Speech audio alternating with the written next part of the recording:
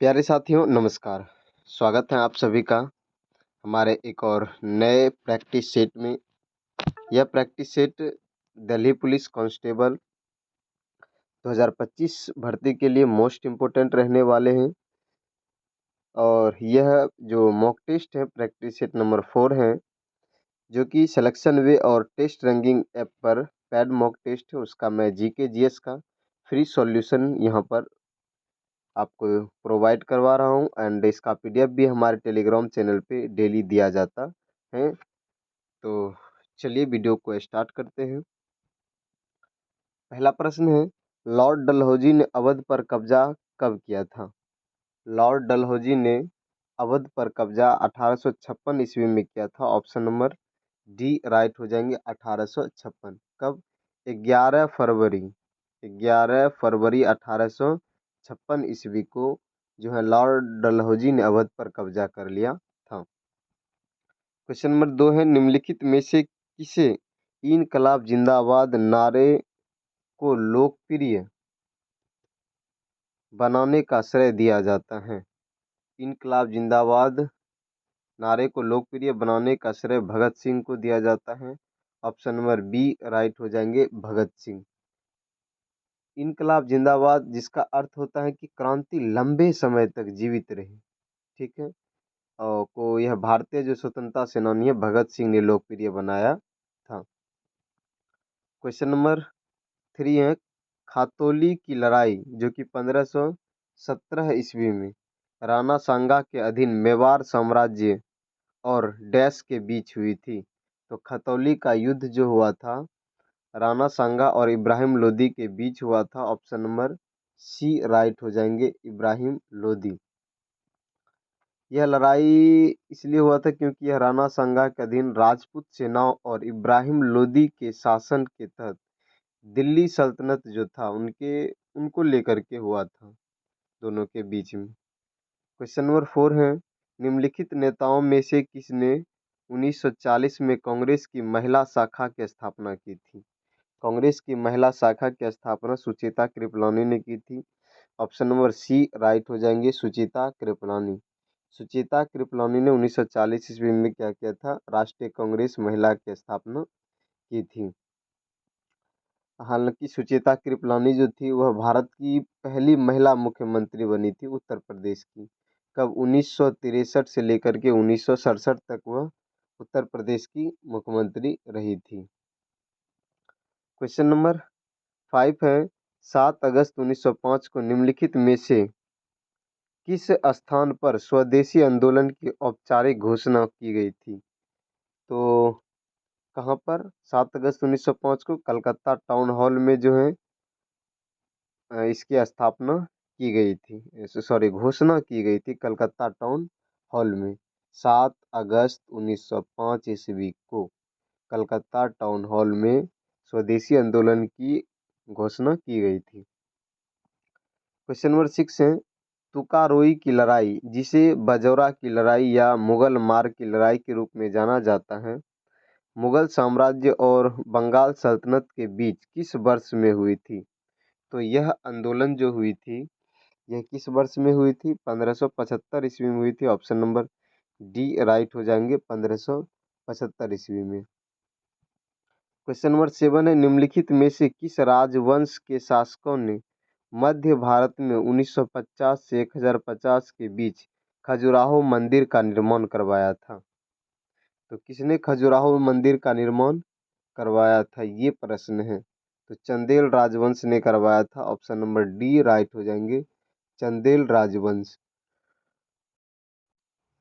Question number 8 है, निम्नलिखित governor जनरलों में से किसने दिसंबर 1829 में सती प्रथा के विरुद्ध कानून बनाया?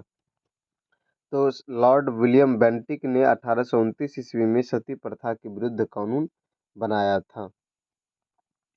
नेक्स्ट क्वेश्चन है, क्वेश्चन नंबर 9 है, निम्नलिखित में से कौन सा शब्द ग्रीष्मकाल के दौरान भारत के उत्तर और उत्तर पश्चिमी भागों में चलने वाली सामान्य स्थानीय हवा के लिए प्रयुक्त होता है? तो कौन सा शब्द है? तो लू शब्द जो है ये भारत के जो है उत्तरी दिशा में उत्तर पश्चिम भागों में चलने वाली स्थानीय हवा है, लू। क्वेश्चन नंबर 10 है, भारत का प्रायद्वीपीय पठार पहले किस महाद्वीप का हिस्सा था? भारत का प्रायद्वीपीय पठार जो है पहले अफ्रीका महाद्वीप का हिस्सा था। ऑप्शन नंबर सी राइट हो जाएंगे, अफ्रीका महाद्वीप। इसमें है क्या कि देखो, अफ्रीका जो है भारतीय उप महाद्वीप, इसके अलावा दक्षिण अमेरिका, अंटार्कटिका और ऑस्ट्रेलिया के साथ गोंडवाना का हिस्सा था। इसलिए जो है ना यह अफ्रीका के अंतर्गत आते थे। लेकिन वर्तमान यह टूट गया है 200 मिलियन, लगभग 200 मिलियन वर्ष पहले जब गोंडवाना टूट गया, तो भारत पहले बह के इधर से उधर आके इधर टकरा गए। अभी वर्तमान में ये एशिया महाद्वीप का हिस्सा है। क्वेश्चन नंबर 11 है, भारत की जनसंख्या वृद्धि दर डैश से घट रही है? तो भारत की जनसंख्या वृद्धि दर जो है 1981 से घट रही है। ऑप्शन नंबर कौन सा? डी राइट हो जाएंगे, 1981। क्वेश्चन नंबर 12 है, वैरासियुल बांध निम्नलिखित में से किस जिले में स्थित है?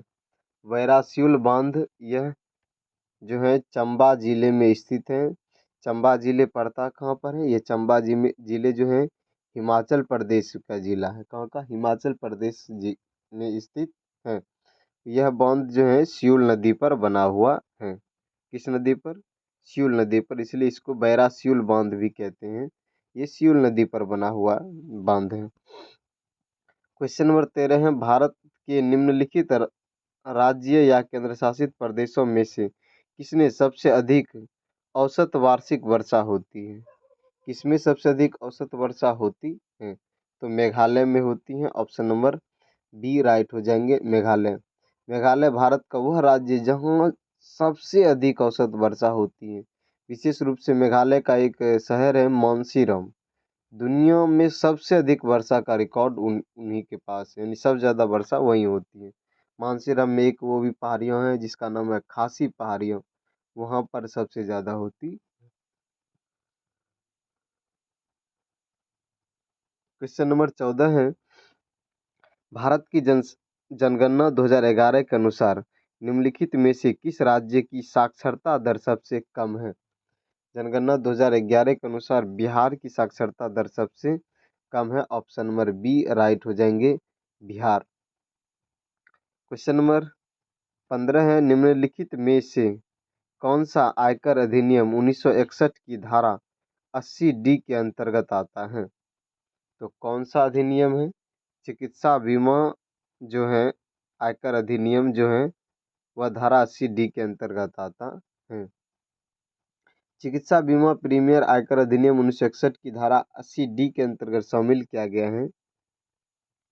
नेक्स्ट क्वेश्चन है, क्वेश्चन नंबर 16 है, राज्यसभा के लिए निर्वाचित सदस्य का कार्यकाल क्या है? राज्यसभा के लिए निर्वाचित सदस्य का कार्यकाल 6 वर्ष का होता है। ऑप्शन नंबर बी राइट हो जाएंगे, 6 वर्ष। हालांकि हर 2 वर्ष में 1/3 सदस्यों को मतलब निकाला जाता है, या कह सकते हैं बदल सकते हैं। वर्तमान में राज्यसभा सीटें की बात करें तो 245, इसमें वर्तमान राज्यसभा में 245 सदस्य हैं। ठीक है, उनमें से 245 में से जो है 233 राज्यों और केंद्र शासित प्रदेशों से हैं।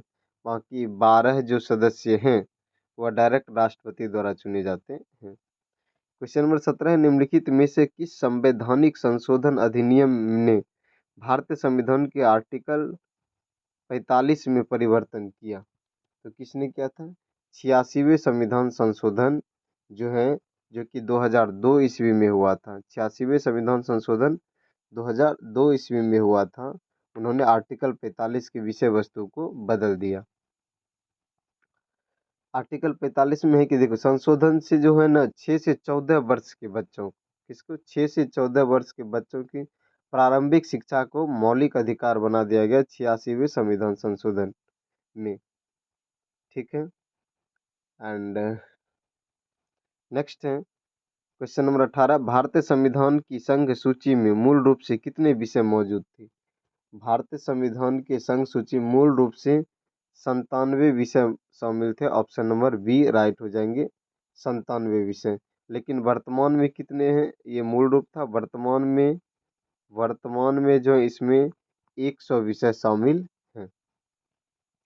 और संघ सूची पर अगर पूछा जाए कानून बनाने का अधिकार किसके पास होता है, तो संघ सूची में कानून बनाने का अधिकार केवल और केवल केंद्र सरकार के पास होते हैं। क्वेश्चन नंबर 19 है, राज्य मानवाधिकार आयोग के अध्यक्ष एवं सदस्यों की नियुक्ति कौन करता है।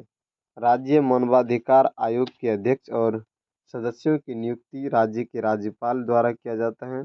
ऑप्शन नंबर ए राइट हो जाएंगे, राज्यपाल। क्वेश्चन नंबर 20 है, भारत में सर्वोच्च न्यायपालिका कौन सी है। भारत में सर्वोच्च न्यायपालिका भारत का जो सुप्रीम कोर्ट है वही है। ऑप्शन नंबर डी राइट हो जाएंगे, भारत का उच्चतम न्यायालय। क्वेश्चन नंबर 21 है, भारत में राज्य विधानसभाओं का चुनाव कौन आयोजित करता है। भारत में राज्य विधानसभाओं का चुनाव जो है यह भारत निर्वाचन आयोग करता है। ऑप्शन नंबर सी राइट हो जाएंगे, भारत निर्वाचन आयोग। क्वेश्चन नंबर 22 है, भारत के संविधान का अनुच्छेद 17 डैश से संबंधित है। भारत का संविधान का अनुच्छेद 17 अस्पृश्यता का उन्मूलन है। ऑप्शन नंबर जो है ए राइट हो जाएंगे, अस्पृश्यता का उन्मूलन यानी छुआछूत वाला जो है। क्वेश्चन नंबर 23 है, राष्ट्रीय प्रतिदर्श सर्वेक्षण संगठन द्वारा बेरोजगारी के कितने अनुमान विकसित किए गए हैं। बेरोजगारी के कितने अनुमान विकसित किए गए हैं, तो बेरोजगारी के 3 अनुमान विकसित किए गए हैं। कौन कौन से, अब ये अगर पूछ लिया जाए तो पहला है सामान्य स्थिति दृष्टिकोण, दूसरा है साप्ताहिक स्थिति दृष्टिकोण और तीसरा है दैनिक स्थिति दृष्टिकोण। ये अनुमान विकसित किए गए हैं। क्वेश्चन नंबर 24 है, वित्तीय वर्ष 2011-12 के लिए भारत का जीडीपी का कितना हिस्सा कृषि और संबंध क्षेत्र से आया। तो 14% जो है भारत के संपूर्ण जीडीपी का 14% हिस्सा कृषि और उससे संबंधित क्षेत्र से आया है। क्वेश्चन नंबर 25 है, जीडीपी के बारे में निम्नलिखित में से कौन सा कथन जो है सत्य है। तो जीडीपी के बारे में कौन सा कथन सत्य है। ऑप्शन नंबर बी राइट हो जाएंगे, जीडीपी में किसी देश के घरेलू सीमा में, जीडीपी में किसी देश के घरेलू सीमा में, ओहो ये तो गयो, जीडीपी में किसी देश के घरेलू सीमा में निवासियों और गैर निवासियों द्वारा उत्पादित वस्तुओं और सेवाओं दोनों का बाजार मूल्य शामिल होता है जीडीपी में। क्वेश्चन नंबर 26 है, 8वीं पंचवर्षीय योजना के दौरान प्रधानमंत्री का पद किसने संभाला था। 8वीं पंचवर्षीय योजना के दौरान प्रधानमंत्री का पद पीवी नरसिम्हा राव ने संभाला था। ऑप्शन नंबर ए राइट हो जाएंगे, पीवी नरसिम्हा राव। 8वीं पंचवर्षीय योजना 2000 ये हुआ था 8वीं पंचवर्षीय योजना एक तो हाँ 1992 ईस्वी से लेकर के 1997 ईस्वी तक ये हुआ था 8वीं पंचवर्षीय योजना। उस समय भारत के प्रधानमंत्री पीवी नरसिम्हा राव थे। क्वेश्चन नंबर 27 है, स्थिरता के साथ विकास का विशिष्ट लक्ष्य डैश पंचवर्षीय योजना के शुभारंभ का केंद्र था। स्थिरता के साथ विकास या चौथी पंचवर्षीय योजना का जो है विशिष्ट लक्ष्य था। ऑप्शन नंबर कौन सा राइट हो जाएंगे, डी राइट हो जाएंगे। चौथी पंचवर्षीय योजना चला कब था, 1969 से लेकर के 1974 तक चला था।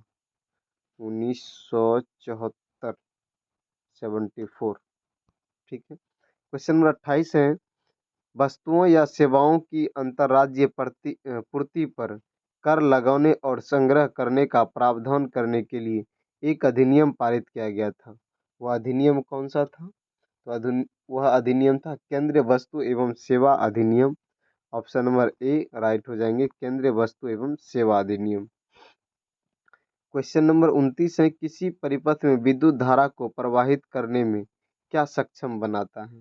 किसी परिपथ में विद्युत धारा को प्रवाहित करने में क्या सक्षम बनाता है।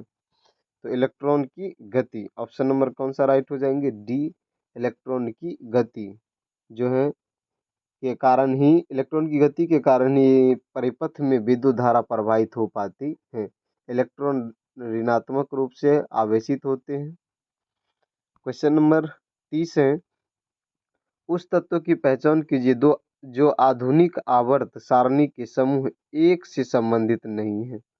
आधुनिक आवर्त सारणी के समूह एक में जो है कौन सा कहता है, उस तत्व की पहचान कीजिए दो जो आधुनिक आवर्त सारणी के समूह एक से संबंधित नहीं है। तो कौन सा हो जाएंगे, ऑप्शन नंबर जो है सी सही हो जाएंगे, हाइड्रोजन। आधुनिक आवर्त सारणी के समूह एक से संबंधित नहीं होने वाला तत्व कौन सा है, हाइड्रोजन। हालांकि हाइड्रोजन को समूह एक में सबसे ऊपर रखा गया है। कहाँ पर हाइड्रोजन सबसे ऊपर है, लेकिन वो उसमें शामिल होने वाला तत्व नहीं है। लेकिन जो है इसे सोडियम, लिथियम और रुबिडियम, सोडियम, लिथियम और रुबिडियम की तरह क्षार धातु नहीं माना जाता है, जो सभी समूह एक का हिस्सा है। ये सभी हैं क्योंकि पहला क्षारीय समूह एक जो है वह समूह एक क्षार धातु है, लेकिन ये हाइड्रोजन नहीं है, इसलिए ऐसा ही प्रश्न था। ठीक है, क्वेश्चन नंबर 31 है, कार्बन यानी C12 के एक मोल में कितने परमाणु होते हैं। कार्बन जो है C12 के एक मोल में 6.02 इंटू 10⁻23 परमाणु होते हैं। ऑप्शन नंबर ए राइट हो जाएंगे। क्वेश्चन नंबर 32 है, उस संघ की पहचान कीजिए जो प्रोटोस्टोम समूह से संबंधित नहीं है। कौन सा है, प्रोटोस्टोम समूह संबंधित नहीं, तो इकाइनोडर्मेटा जो है ये संबंधित नहीं है। ऑप्शन नंबर सी राइट हो जाएंगे, इकाइनोडर्मेटा। क्वेश्चन नंबर 33 है, मनुष्यों में संयोजी उत्तक का एक उदाहरण पहचाने। मनुष्यों में संयोजी उत्तक का एक उदाहरण कौन सा है, अस्थि है जो कि एक संयोजी उत्तक है। ऑप्शन नंबर ए राइट हो जाएंगे, अस्थि यानी कि हड्डी। क्वेश्चन नंबर 34 है, उस रोड मोबाइल लघु दूरी बैलिस्टिक मिसाइल प्रणाली का नाम बताइए जिसका उत्पादन कथित तौर पर रूसी संघ द्वारा बड़ी संख्या में शुरू किया गया है। तो किसका शुरू किया गया है, तो एस्केडर एम का जो है ये बनाना जो है मिसाइल जो है एस्केडर एम, ये रूस में बहुत बड़े रूप से बनाना यानी कि बहुत बड़ी मात्रा में उत्पादन करना इसके शुरू किया गया है। ऑप्शन नंबर जो है सी राइट हो जाएंगे। क्वेश्चन नंबर 35 है, हाल ही में पुणे के पास डैश से वाटर फली की एक नई प्रजाति वायोस्फिलस भारतीय कस की खोज की गई। तो यह खोज जो है कहाँ पर, कोरीगाड किला में की गई है। ऑप्शन नंबर डी राइट हो जाएंगे, कोरीगाड किला। क्वेश्चन नंबर 36 है, केंद्रीय बजट बजट जो है 2024 से 26 में शुरू किए गए मिशन का नाम बताइए जिसका उद्देश्य 1 करोड़ पांडुलिपियों को डिजिटल रूप से संरक्षित और दस्तावेजीकरण करना है। तो ये ज्ञान भारतम मिशन के तहत शुरू किया गया है। ऑप्शन नंबर ए राइट हो जाएंगे। क्वेश्चन नंबर 37 है, निम्नलिखित में तथा रिक्त स्थान में त्रिभुवन सहकारी विश्वविद्यालय की स्थापना के लिए एक विधेयक हाल ही में सहकारिता राज्य मंत्री श्री कृष्ण पाल गुर्जर ने पेश किया था। तो कहाँ पर, ये गुजरात में ये पेश किया गया था। ऑप्शन नंबर ए राइट हो जाएंगे, गुजरात। क्वेश्चन नंबर 38 है, रिलायंस इंडस्ट्रीज द्वारा दुनिया का सबसे बड़ा डेटा सेंटर कहाँ बनाया जाएगा और नए सेंटर में एआई प्रोसेसर के लिए उसने किस कंपनी के साथ साझेदारी की है। तो एआई जो प्रोसेसर के हैं उसने उसके लिए किस कंपनी से, जामनगर एनवीडिया से जो है उन्होंने साझेदारी किया है। ऑप्शन नंबर सी राइट हो जाएंगे। क्वेश्चन नंबर 39 है, हिमाचल प्रदेश अपना राज्य दिवस कब मनाता है और किस वर्ष यह आधिकारिक तौर पर भारत का 18वां राज्य बना था। तो 25 जनवरी 1971 ईस्वी को जो है हिमाचल प्रदेश भारत का एक जो है आधिकारिक रूप से भारत का 18वां राज्य बना था। और 25 जनवरी को ही हिमाचल प्रदेश अपना राज्य दिवस भी मनाते हैं। क्वेश्चन नंबर 40 है, निम्नलिखित हाल ही में युजवेंद्र चहल का रिकॉर्ड तोड़कर T20 अंतर्राष्ट्रीय में भारत के शीर्ष विकेट लेने वाले गेंदबाज कौन बने हैं? युजवेंद्र चहल का रिकॉर्ड तोड़कर किसने? तो ये थे Arshdeep Singh. Option number A right हो जाएंगे, उन्होंने युजवेंद्र चहल का रिकॉर्ड तोड़ दिया। क्वेश्चन नंबर 41 है, पूर्व विंग कमांडर डॉक्टर के रामचंद्र हाल ही में निधन हो गया, वे उन्होंने कौन सी पुस्तक लिखी थी? पूर्व विंग कमांडर डॉक्टर के रामचंद्र जिनका हाल ही में निधन हो गया, वे कौन सी पुस्तक लिखे थे, उनकी पुस्तक कौन सी है? तो the incredible journey of the Indian AWACS ये पुस्तक जो है ये डॉक्टर के रामचंद्र की पुस्तक है। क्वेश्चन नंबर 42 है, अखम लक्ष्मी देवी को डैश नृत्य में उनके योगदान के लिए संगीत नाटक अकादमी पुरस्कार प्राप्त हुआ। तो कौन सी? अखम लक्ष्मी देवी को मणिपुरी नृत्य में जो है उसे संगीत नाटक अकादमी पुरस्कार मिला है। ऑप्शन नंबर कौन सा राइट हो जाएंगे? डी राइट हो जाएंगे। क्वेश्चन नंबर 43 है, इस महान कथक नर्तक को नृत्य शैली के प्रति अपने अभिनव और आधुनिक दृष्टिकोण के लिए जाना जाता है, उन्हें अक्सर कथक का सम्राट कहा जाता है, वह कौन है? कथक के सम्राट बिरजू महाराज हैं। ऑप्शन नंबर जो है डी राइट हो जाएंगे, बिरजू महाराज। क्वेश्चन नंबर 44 है, सुग्गी भारत के डैश राज्य का एक प्रसिद्ध लोक नृत्य है। सुग्गी जो है कर्नाटक का एक प्रसिद्ध लोक नृत्य है। ऑप्शन नंबर कौन सा राइट हो जाएंगे? ऑप्शन नंबर ए राइट हो जाएंगे। क्वेश्चन नंबर 45 है, वह एकमात्र खेल कौन सा है जिसे विशेष रूप से दोनों लिंगों के प्रतिभागियों द्वारा एक साथ खेलने के लिए डिजाइन किया गया है? तो वह कौन सा है? कोर्फ बॉल जो है इसमें मेल और फीमेल एक साथ खेल सकते हैं। यह जो खेल शुरुआत हुआ था 1902 ईस्वी में नीदरलैंड में शुरू हुआ था। क्वेश्चन नंबर 46 है, 45 46, सैयद मोदी इंडिया इंटरनेशनल किस खेल प्रतियोगिता का आयोजन करता है? सैयद मोदी इंडिया इंटरनेशनल जो है यह बैडमिंटन खेल का आयोजन करता है। ऑप्शन नंबर डी राइट हो जाएंगे, बैडमिंटन। क्वेश्चन नंबर 47 47 नंबर, रिक्त स्थान एक प्रसिद्ध भारतीय लोक नृत्य है जो असम में बिहू त्योहार के दौरान आयोजित किया जाता है। तो कौन सा नृत्य है? बिहू नृत्य जो है यह नृत्य बिहू त्योहार के दौरान आयोजित किया जाता है। ऑप्शन नंबर ए राइट हो जाएंगे। क्वेश्चन नंबर 48 है, विंग्स ऑफ फायर डैश की आत्मकथा है। विंग्स ऑफ फायर जो है वह किसकी आत्मकथा है? चलिए इसी को HW दिया जाए। विंग्स ऑफ फायर ये HW है, आप इसका जवाब कमेंट बॉक्स में दीजिएगा। ऑप्शन ए है जाकिर हुसैन, बी है राजेंद्र प्रसाद, सी है APJ अब्दुल कलाम और डी है KR नारायणन। इसका जवाब आपको कमेंट बॉक्स में देना है। क्वेश्चन नंबर 49 है, द जोया फैक्टर डैश द्वारा लिखित एक उपन्यास है। जोया फैक्टर जोया फैक्टर जो है वह अनुजा चौहान द्वारा लिखी गई एक उपन्यास है। ऑप्शन नंबर डी राइट हो जाएंगे। क्वेश्चन नंबर 50 है, निम्नलिखित 49 अच्छा 48 HW दिया था। 50 है, निम्नलिखित पद्म भूषण पुरस्कार विजेताओं में से कौन कथक के कालका विंध्याधीन घराने से संबंधित है? कालका विंध्याधीन घराने से संबंधित कौन है? तो वह है Birju Maharaj. Option number C right हो जाएंगे, बिरजू महाराज। बिरजू महाराज से को ही कथा सम्राट कहते हैं, कथक सम्राट कहते हैं, कथा नहीं कथक सम्राट। यह एक महान नर्तक के साथ साथ एक कोरियोग्राफर और एक गुरु भी रह चुके हैं। अगर सितारा देवी की बात करें, सितारा देवी भी एक कथक नर्तकी हैं। इसका संबंध जो है बनारस घराने से, किस घराने से? बनारस घराने से है। केलुचरण महापात्रा ये ओडिशा नृत्य के नर्तक हैं, ठीक है, वो उसी के उस्ताद माने जाते हैं।